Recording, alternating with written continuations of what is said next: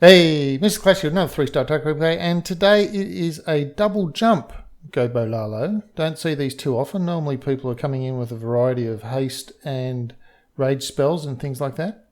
But this one is a double jump with 1 heal and 3 haste with 1 poison. So obviously it's going to have to take out more than 2 air defense here. If you're going to use double jump, you want to be getting some use out of the second jump spell. So funnel, bit easy to create. Didn't get a lot of use for that baby dragon. Probably could have just dropped a wizard down there and saved the baby dragon for something else. But anyway, you don't know there's a bomb there. That's the risk you take. No wall breakers needed or used. Actually, a good call on the no wall breakers. If the wall breakers had been used trying to come in from that angle, there was a good chance that they would not have gone there where the jump spell is, and it wouldn't have got breaking a hole in the wall. And then the bowlers could have just gone anywhere. But by using the jump spell, it creates a very wide area that the bowlers can jump over to. Now you can see that the second jump spell's gone down so that the golems, what's left of the golems and the bowlers can get over there towards the queen and also take out the other air defense just by double splash, by the double bounce damage, just as it's happened there. Haste spell went down first. We'll have a look at that again because it was easier to miss while you're looking at the bottom where the bowlers were. The haste spell actually went down before the troops went down. Now, there's no written rule that says you must deploy a troop before you can deploy a spell. You can deploy a spell first. And in the case of the haste spell, you know you're going to need to get your stuff in there quickly. There's a wizard, there's a long way to travel. Hey, get your haste spell down first. Then you can get your troops in and they'll all get in there very, very fast. So here's the haste, 3 haste spells gone down. They'll overwhelm that archer and Tesla and everything, so that won't be a problem. That last cannon will go down. Enough pups to clean up. Queen's still alive, going to take out that town hall. Then do a bit of wall shooting. Enough pups, a couple minions around the place as well.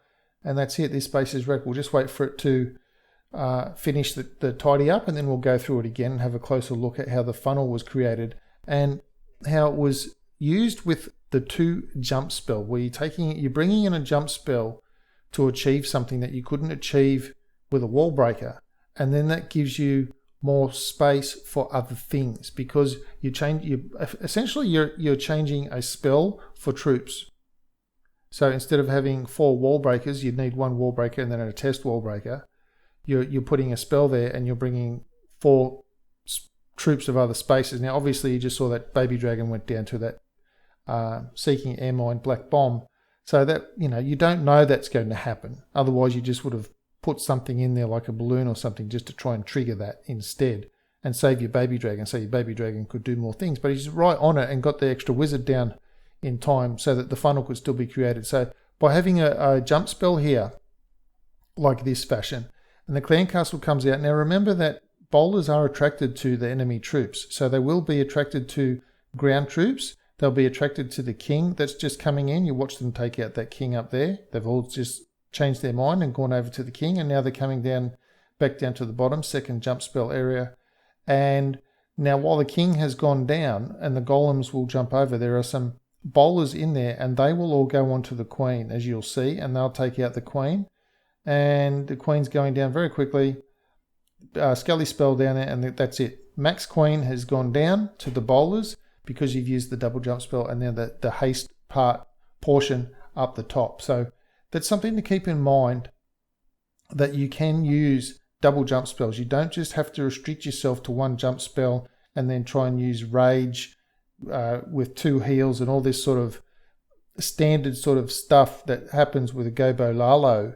When people are bringing these standard spells all the time, no matter what base they're hitting, they're not making any adjustments to the spells. So this is just an example to show you that you don't always have to just stick with the same spells all the time. You can change up your spells a little bit to have a little bit of variety. If you can see that, you know what, maybe I could I'd use 2 spells and I'll take out a lot more than just if I did it with 1 spell. I'm talking about a jump spell. Then try it with 2 jump spells, because you never know, you might be pleasantly surprised. Now, I was walking through the shops the other day, and some shops have security guards and shopping centres have security guards. And if you go to an event like a concert or you go out for the night and the club's got a security guard and things like people have little nicknames for the guards, right? So a lot of them in clubs and things, they just get called secchies because it's short for security guard, a secchi. What did the secchi say? You know, oh, there's a secchi over there, ask him, that sort of thing. Well, there was a telephone shop near the cinema the other day that I was walking through, and there was a security guard there, and it was a Samsung shop. And I thought, what would you call a security guard that works at a Samsung shop? You'd call them Guardians of the Galaxy.